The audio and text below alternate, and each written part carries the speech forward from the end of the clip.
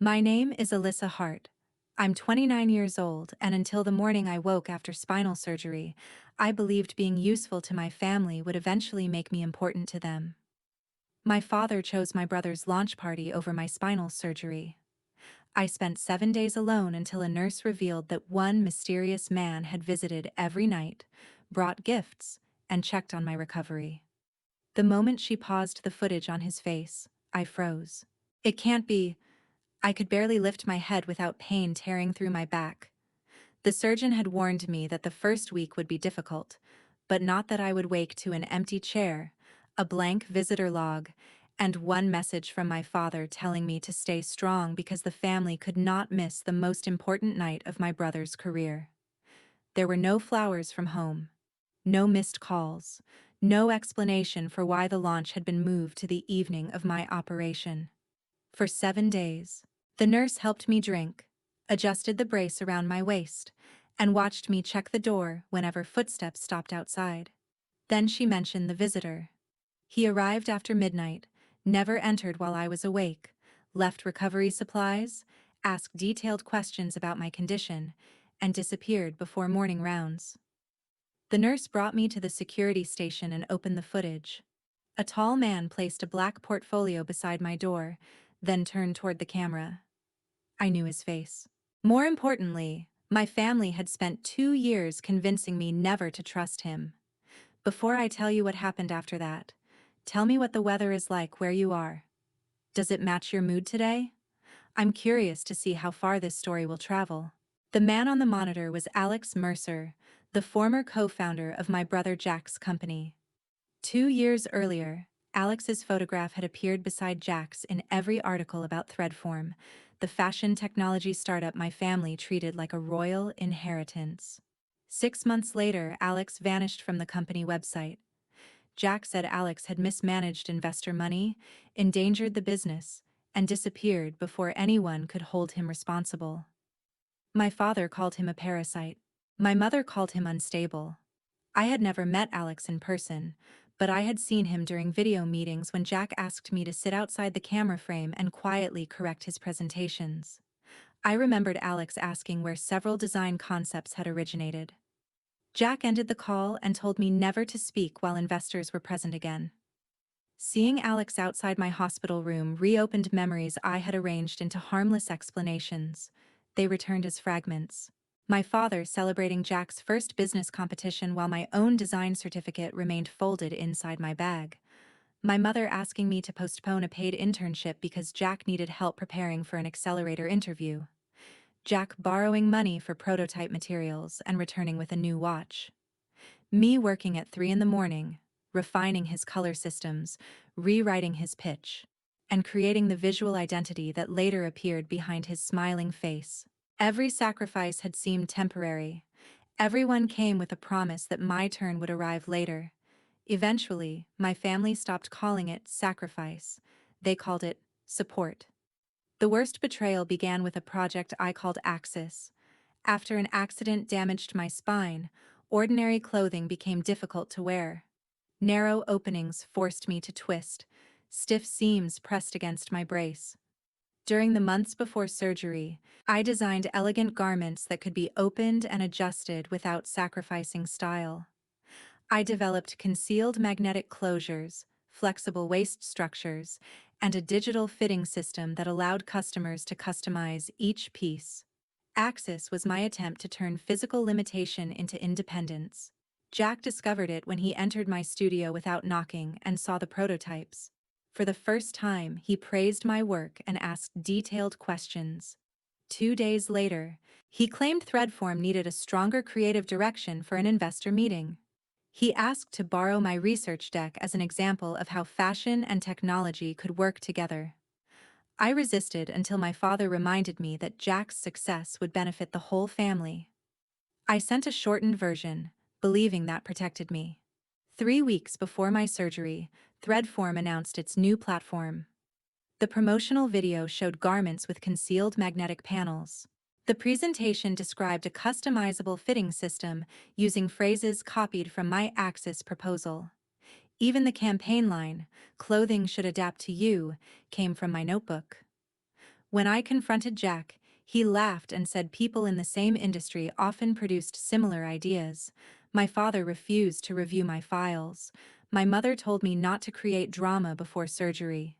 Then the family stopped mentioning the launch. I assumed it had been delayed. Only after the operation did I learn they had moved it forward. They celebrated the unveiling of my stolen work while I was unconscious. At the security desk, the nurse opened Alex's black portfolio.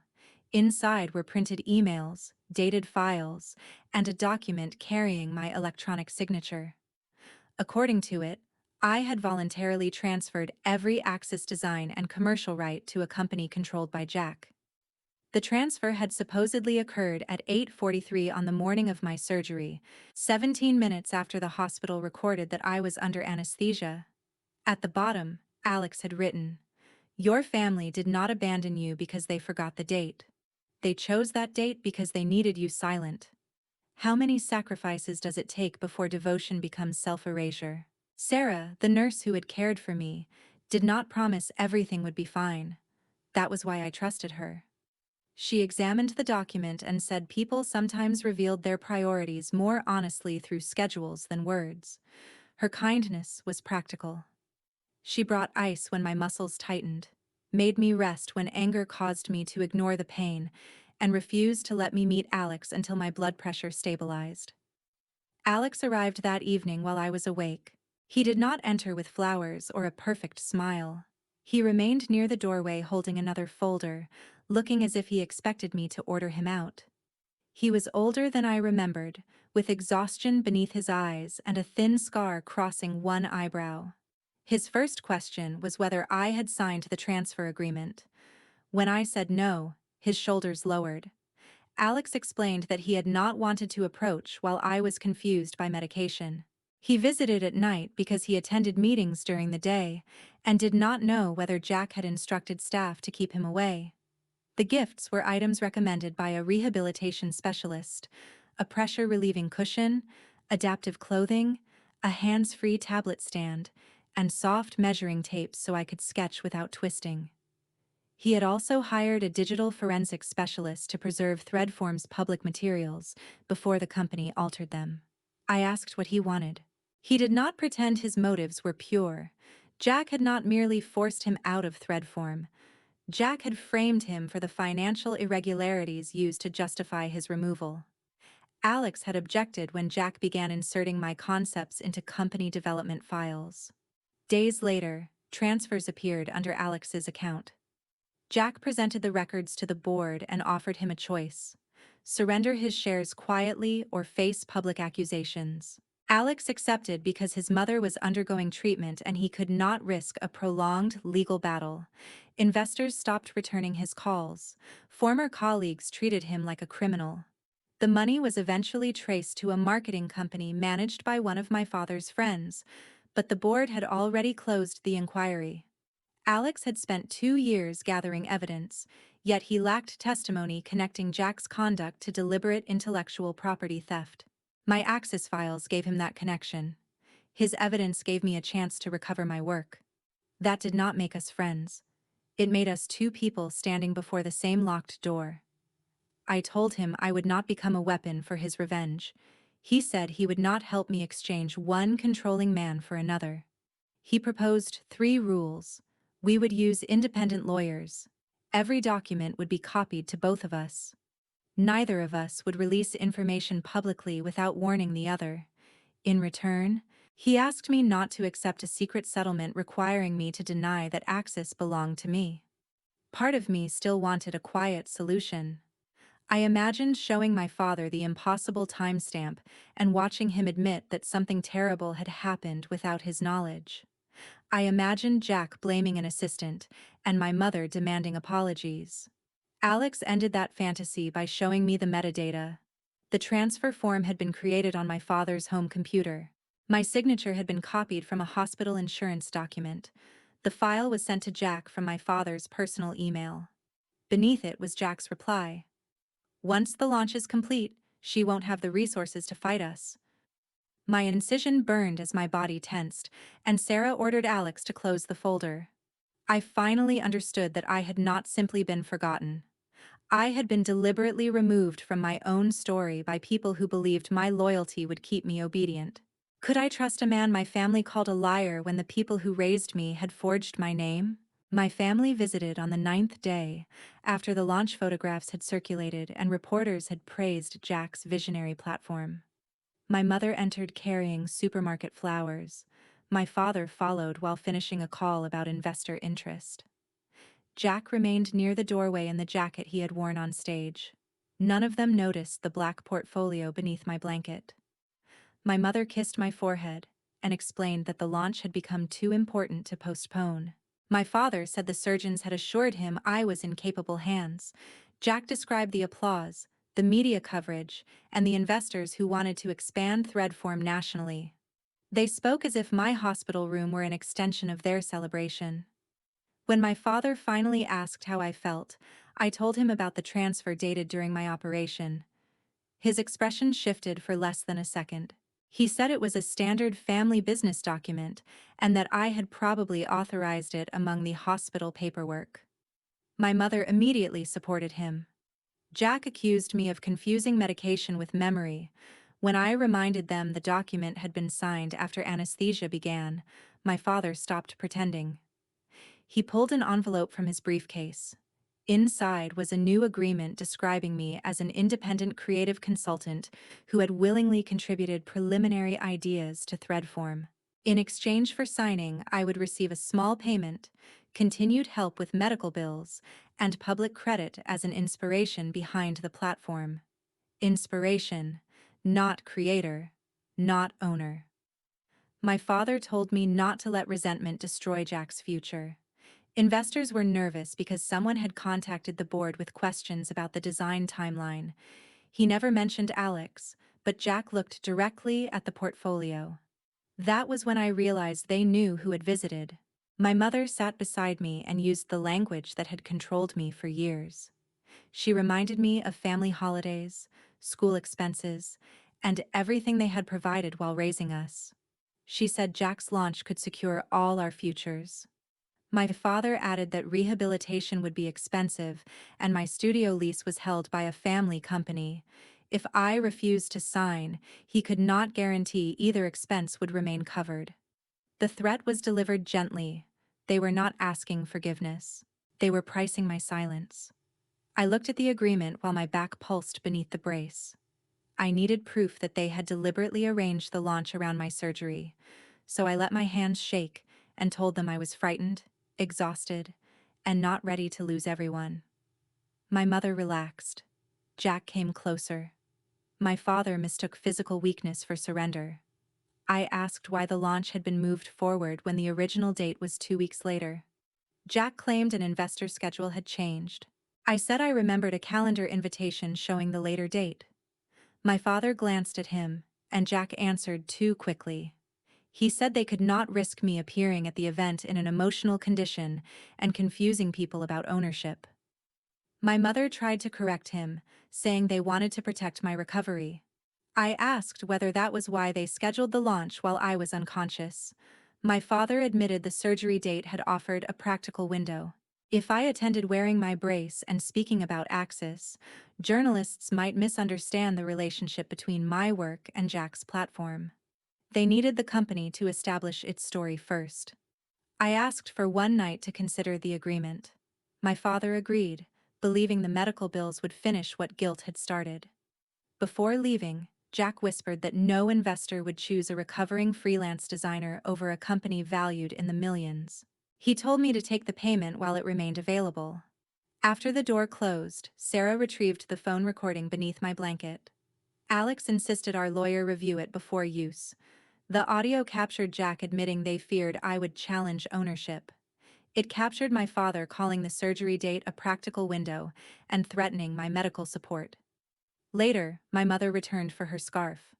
From the hallway, she called my father and said they should have destroyed my original sketches when they had the chance. That night, I examined everything Alex had collected. An internal calendar showed the launch had been rescheduled 36 minutes after the hospital confirmed my operation. An email showed my father instructing Jack to establish public ownership before I could object.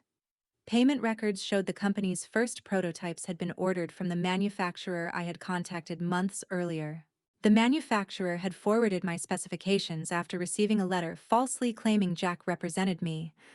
My family had not improvised the betrayal, they had organized it. What kind of love requires you to surrender your name before it agrees to pay for your recovery? I left the hospital 12 days after surgery wearing a rigid brace and using a walker. Alex offered to arrange an apartment, but I refused. Accepting shelter from a man I barely knew would only replace one dependence with another. Sarah helped me find a short-term rehabilitation residence, while the independent lawyer secured emergency protection for my design files.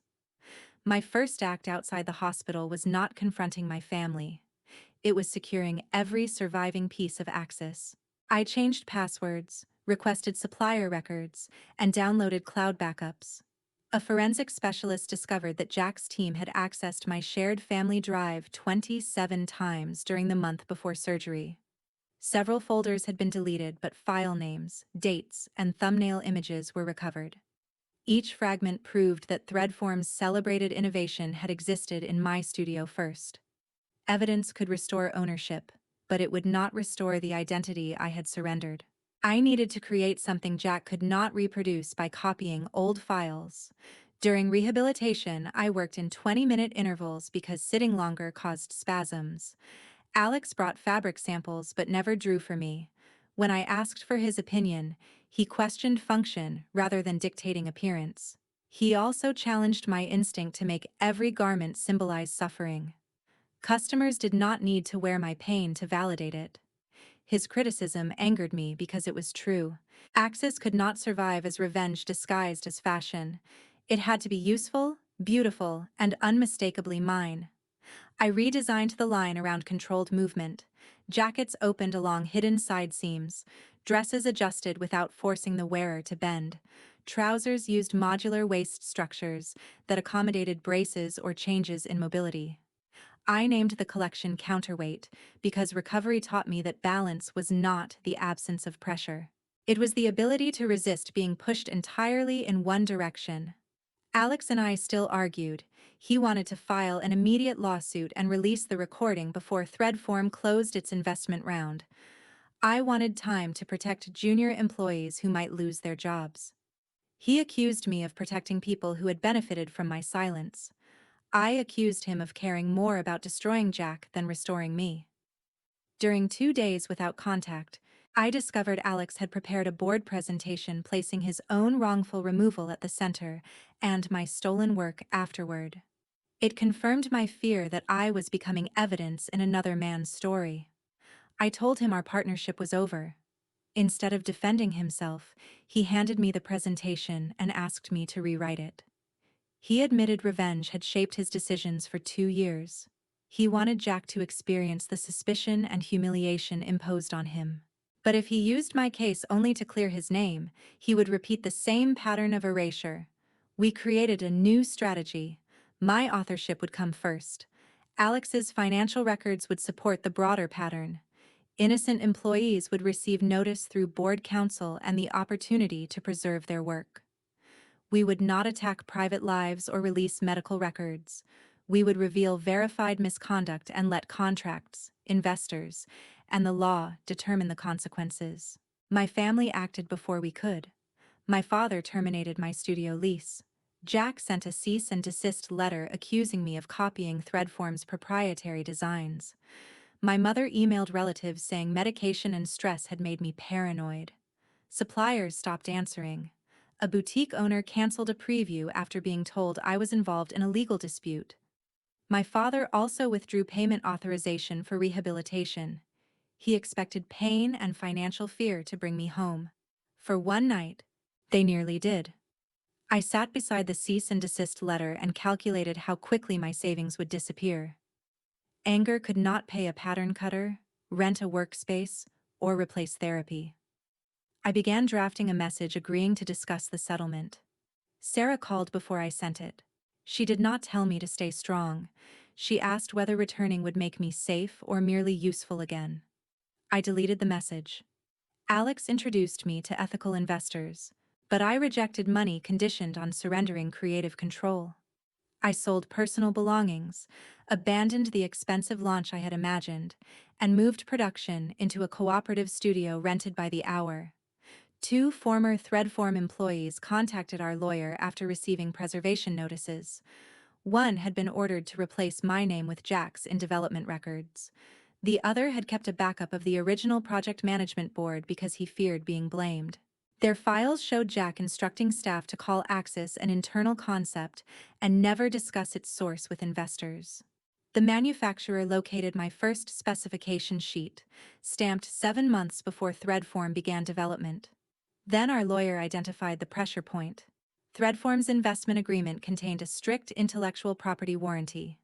If the company had misrepresented ownership, incoming funds could be frozen and Jack's executive shares clawed back. The board had scheduled a public showcase to finalize the round. Jack needed me there. Rumors had reached an investor, and my visible support would reassure them. My father offered to restore my therapy, return the studio, and create a design division under my leadership if I appeared on stage, praised Jack, and signed the consultant agreement. Years earlier, I might have heard recognition. Now I heard containment. I agreed to attend, but not to deliver the speech they prepared. They believed they were bringing the obedient sister back into the family photograph. Instead, they were inviting the legal owner of Axis into a room filled with investors, reporters, directors, and cameras. The trap would not rely on sabotage or deception. It would depend on Jack telling his false story publicly while everyone capable of punishing him held the truth. When someone builds a throne from your silence, is reclaiming your voice revenge or justice arriving late? The investor showcase took place 6 weeks after my surgery in the same glass hall where Jack had unveiled Threadform. I arrived wearing a black counterweight suit designed to fit over my brace. The jacket fastened through a hidden side panel, and the trousers adjusted without requiring me to bend. It was the first finished piece from my collection, and the first garment since my accident, that made me feel powerful, rather than accommodated. My father met me near the entrance and examined the suit without recognizing what it represented. He said I looked presentable and reminded me to follow the approved speech. My mother hugged me for the cameras. Jack thanked me for finally being reasonable. None of them knew Threadform's board council had reviewed the recovered files. 2 directors had already voted to freeze the incoming funds if Jack made additional false ownership claims. Alex stood at the back beside our lawyer. He did not approach me. This was not his confrontation to lead. Jack opened with a polished video about innovation, resilience, and personalized clothing. Models crossed the stage wearing simplified copies of my Axis prototypes. He described how he conceived the idea after watching a family member struggle during recovery.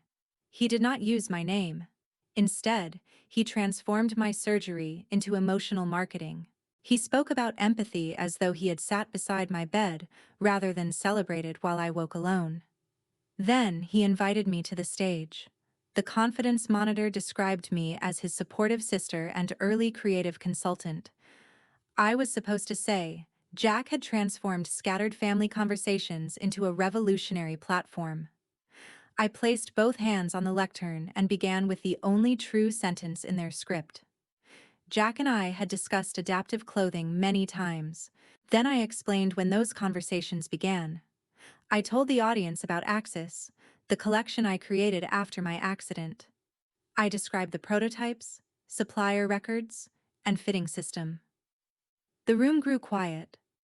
Jack stepped forward, but the moderator stopped him under instructions from the board chair. I displayed my original specification sheet. Beside it appeared Threadform's later version, including the same measurement error I had corrected in a subsequent draft. That error proved the company had copied an early file rather than independently develop the system. Jack laughed and said siblings often shared ideas. I answered that shared ideas did not require forged transfer agreements. The next screen showed the document carrying my signature at 8:43 on the morning of surgery. Hospital records confirmed I was under anesthesia. The forensic report showed the signature had been copied from an insurance form and inserted on my father's computer. My father stood and demanded that the presentation stop. The board chair told him to remain seated. Jack accused Alex of manufacturing the evidence. That triggered the second part. Financial records showed the company had used Alex's credentials to transfer money to the marketing vendor connected to my father's friend. Server logs confirmed the authorization came from Jack's device, while Alex was in another state. An employee backup showed Jack ordering staff to remove Alex's and my names from internal records.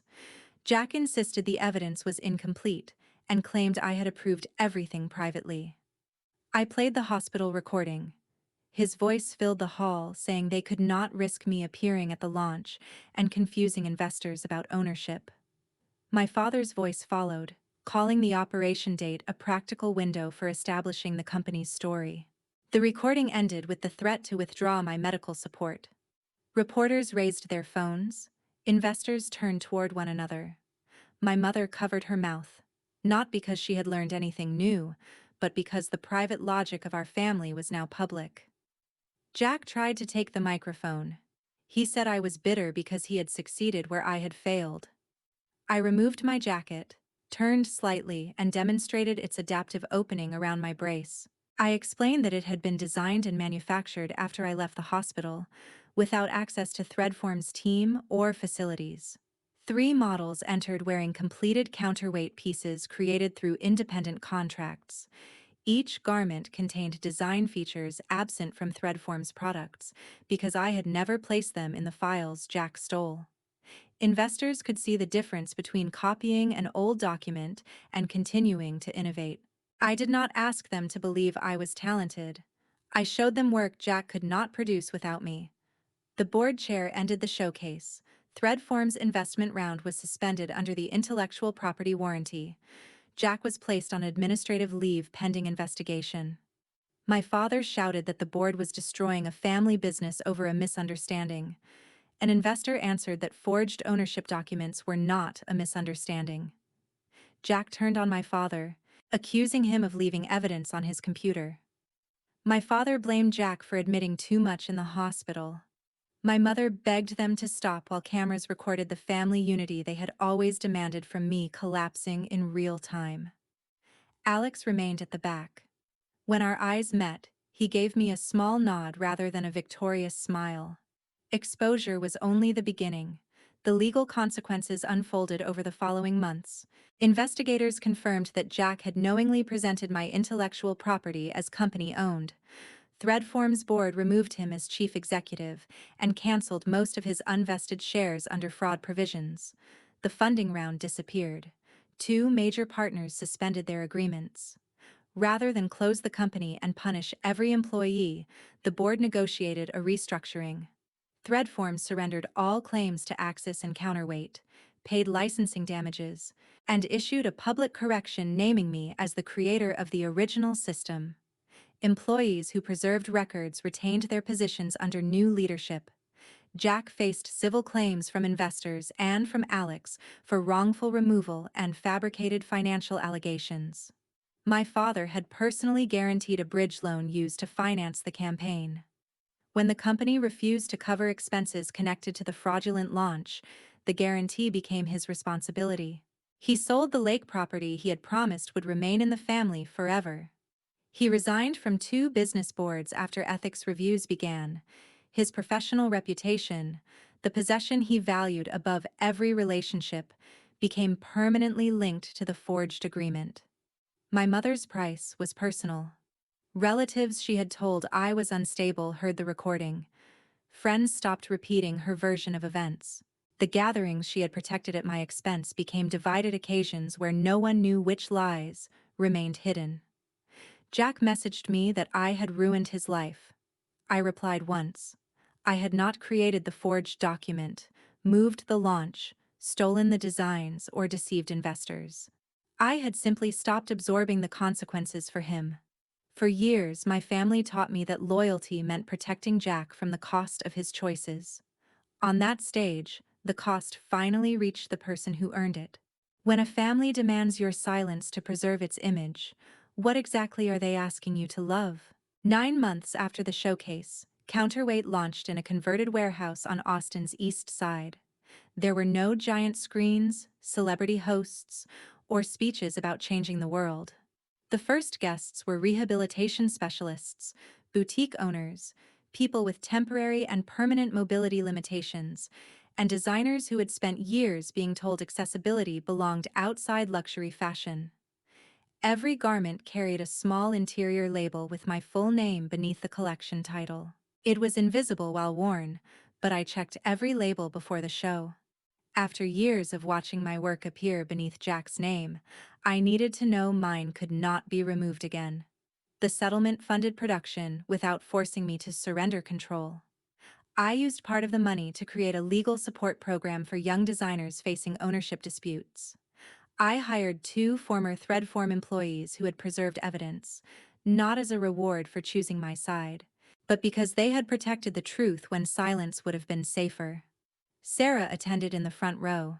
She refused a free outfit until I reminded her that she had spent 12 days preventing me from injuring myself through stubbornness. Even then, she chose the least expensive jacket and made me promise to develop an affordable recovery line for hospital partnerships. Alex stood near the back, almost where he had stood during the investor showcase. His lawsuit ended with his professional record cleared, part of his equity restored, and a formal statement confirming the financial allegations had been fabricated. Several companies offered him executive positions. He declined and created a small investment firm focused on founders retaining creative ownership. He invested in Counterweight only after accepting the same minority terms as every other investor. I had rejected his first proposal because it gave him too much influence. He returned with a better one instead of asking me to trust his intentions. That was how our relationship developed. Not through rescue or instant romance, but through boundaries and repeated proof. Some evenings, after the studio closed, we ate dinner among fabric rolls and argued about expansion plans. There was affection between us, but neither of us treated affection as ownership. I had learned that someone could care about me and still be required to respect the word no. My father contacted me 3 times. The first message called the investigation excessive.